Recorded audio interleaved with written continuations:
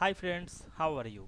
Welcome to Backspace. In this quick and easy Microsoft Word tutorial, we will learn how to change outline thickness of any shape in Microsoft Word.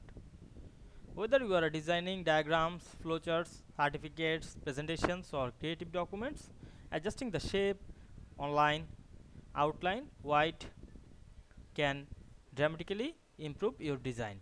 This simple formatting trick helps make your shapes look more professional, attractive and visually appealing. So let's get started. At first you have to open your document. Now I want to change the thickness of a shape. At first go to the insert menu, click the shape. Now I am choose the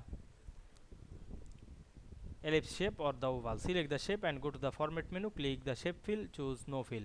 Then we can see here the shape thickness. Now I want to change this, go back the format menu again, click the outline.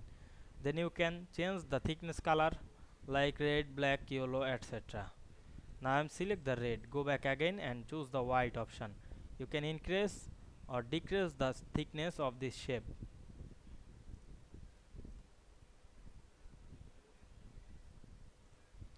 Now we can see we change the thickness of a shape very easily. I hope you understand this process.